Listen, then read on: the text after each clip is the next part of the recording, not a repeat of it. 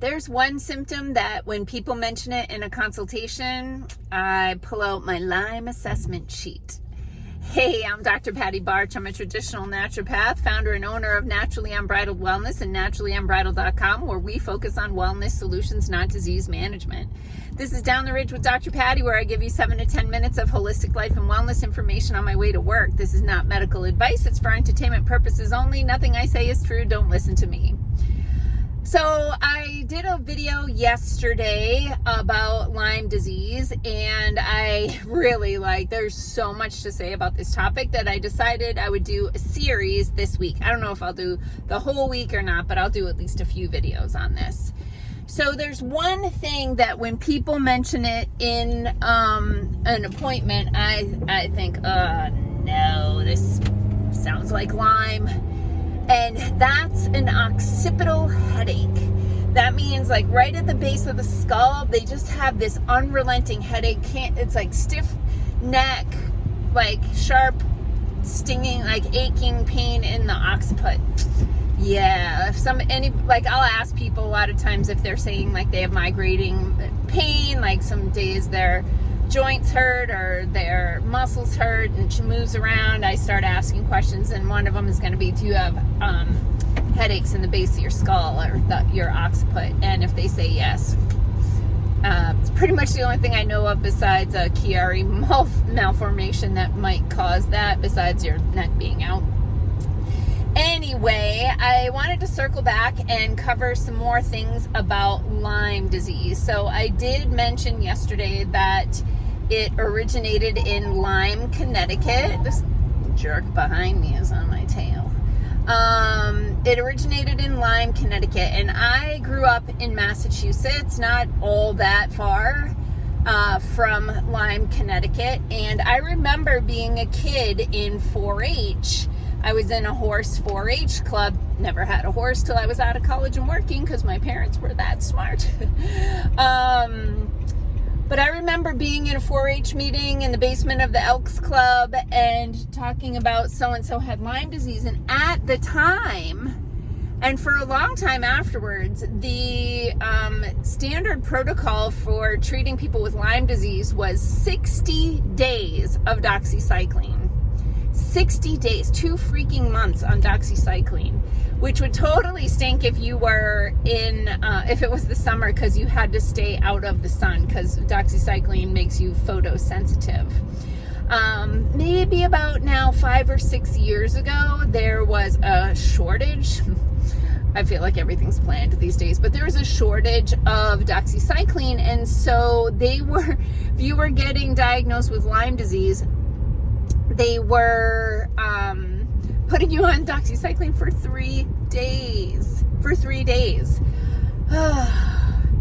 So you know about antibiotic resistance, right? When you expose a bacteria to a little bit of antibiotics, but you don't expose them to enough to kill them, bacteria mutate and adapt, and they become resistant to the antibiotics, and it doesn't kill them anymore. And that's why things like MRSA have developed over time, mostly in hospitals, because of the antibiotics creating these mutant bacteria. So if you get sick right away and go to the doctor right away and they determine it's Lyme, I'm not going to get into all the reasons why Lyme disease tests suck, and why they run the wrong tests at the wrong time often in, when you go to the doctor. But if you are lucky enough to get an early diagnosis and you get on it right away, the antibiotics work if you use them right away. Whoops, hello dear. Hi baby. Gotta watch for your friend. There's always the other one that comes running up the ridge. Don't come out, don't come out, don't come out. If you get treated right away with antibiotics, they typically work if you get treated in the short term. However, Lyme is an intracellular infection, meaning it doesn't hang around outside your cells, it gets into your cells. And so when it gets into your cells, it does a good job trying to hide from your immune system, because it's in the cell, like, na, you can't see me, because it's hiding inside the cell. But if, sorry, I thought my seat heater was on. I'm like, I'm too hot for that. So what can happen, I see this a lot, is people with Lyme infection. And when I say Lyme, again, it's the umbrella term for tick-borne infection, because, again, like I mentioned yesterday, if you didn't watch that video, go back and watch that.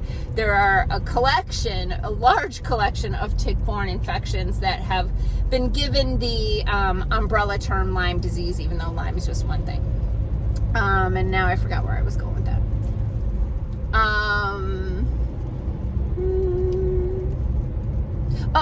So a lot of people with Lyme disease end up with a positive ANA test, right? So an anti-nuclear antibody test, which means you have an autoimmune disease. Do you though? Or do you have an intracellular infection that your immune system is trying to attack, and it knows this cell isn't right, something's wrong with this cell, I'm gonna kill it. So you get an autoimmune disease, but it's technically just your immune system really trying to figure out how to get at this infection. So the Lyme infection itself is a spirochete, which means it's a corkscrew-shaped bacteria. And those bacteria tend to like certain types of tissue. So Lyme can kind of, call it settle, I guess, into certain tissues, and it really loves cartilage.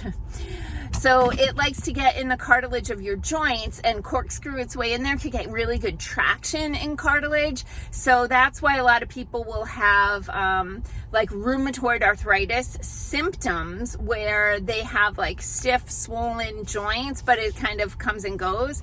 And I remember years ago, I had a young client who had been diagnosed with rheumatoid arthritis, and I think they put her on methotrexate now. It's probably been about 7 or 8 years. And I remember her saying that she was diagnosed with rheumatoid arthritis, and she wanted to get pregnant in the next few years, and she didn't want to be pregnant on such a powerful drug. And so was there anything we could do naturally? So I asked her a whole series of questions, probably including, do you get headaches in the base of your skull? And I was like, let's do a Lyme program. Let's see what happens to your rheumatoid arthritis symptoms when we do an antibacterial Lyme program. And lo and behold, her symptoms improved significantly. So, Lyme is known as the great imitator because it can mimic so many different diseases. Unfortunately, really unfortunately, there's something called neurological Lyme, which is when the bacteria get into your brain. So remember, syphilis is also a spirochete that gets into the brain and like makes you crazy. And so a lot of times when people have neurological Lyme, they get infection in the brain. They have severe brain fog, right? Like they're in the town they've lived in their entire life, and they're driving, they can't remember how to get somewhere.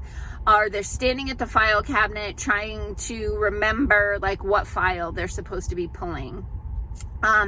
Worse than that, there can be neurological symptoms that mimic MS. Excuse me. So a lot of people get diagnosed with MS or even Parkinson's or ALS. I remember having a client years ago who was diagnosed ALS with an asterisk, like literally with an asterisk, because he failed the test, but his symptoms mimicked it, so they just called it that. So anyway, I'm going to be giving you more information about Lyme this week. And so if you have specific questions about Lyme or the Lyme co-infections, go ahead and pop those questions into the comments. And as I do videos this week, I'll try to address them. I'm off to the gym. Peace out, peeps. Have a healthy day.